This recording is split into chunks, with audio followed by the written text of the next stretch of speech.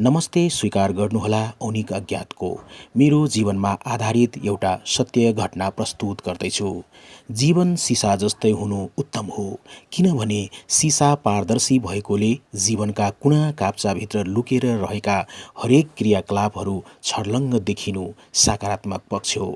अर्को पक्षको कुरा गर्दा जीवन सिसा भएकोले गर्दा नै अरूको ढुङ्गा प्रहारको कारणले गर्दा सिसा चर्किन्छ, जहाँ जीवन छताछुल्ल र तहस नहस हुन पुग्छ, जुन नकारात्मक पक्ष हो।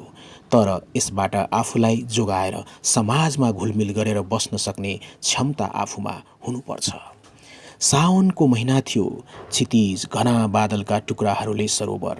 समय दिवस भए तापनि पानी पर्ने साउनी परिवेशले गर्दा दिवस पनि गोधुली साँझ झै प्रतीत भइरहेको थियो। मेघका गर्जन, बिजुलीको चर्काए र ठुल्ठुला पानीका थोपाहरूको आगमनले क्षणभर पश्चात नै भीषण वर्षात हुने पूर्व सूचना दिइरहेको थियो।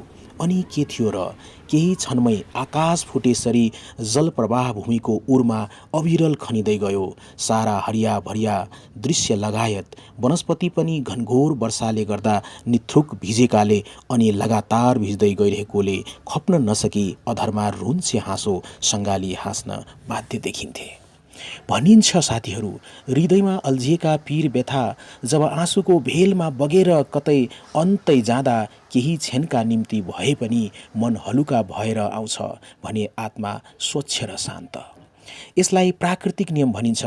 जब मानव भित्री हृदयको सारा ढोका खोलेरै जोर जोरले रुने गर्दछ, त्यति बेला रुवाईको असर रक्तचापमा पनि पर्न जान्छ। यसकारण मांसपेशी शिथिल हुन पुग्छ। परिणाम स्वरूप मन हल्का र आत्मा स्वच्छ र शान्त हुनुको साथसाथै सबै मानसिक तथा शारीरिक तनाव र पीडाहरू जीवबाट लोप भएर जान्छन्। यस्तै मेरो जीवनमा भएको थियो जब मैले मुटुदेखि माया गर्ने धरानकी प्रेमिकालाई गुमाएको थिएँ। त्यो साउनको महिना, रातिको 2 बजे र मेरो रुवाई म अझ पनि आफ्नो स्मृति पटलमा ती पूर्व दृश्यहरू स्वच्छ नभमा प्रभाकर देखा परे झैँ एक एक गरी सम्झिन सक्छु। त्यो घटना पश्चात त्यसको उपज त्यहाँदेखि आजसम्म मैले केही गीतहरू रचना गर्ने बानीभित्र टाँसिएर बसेको छु।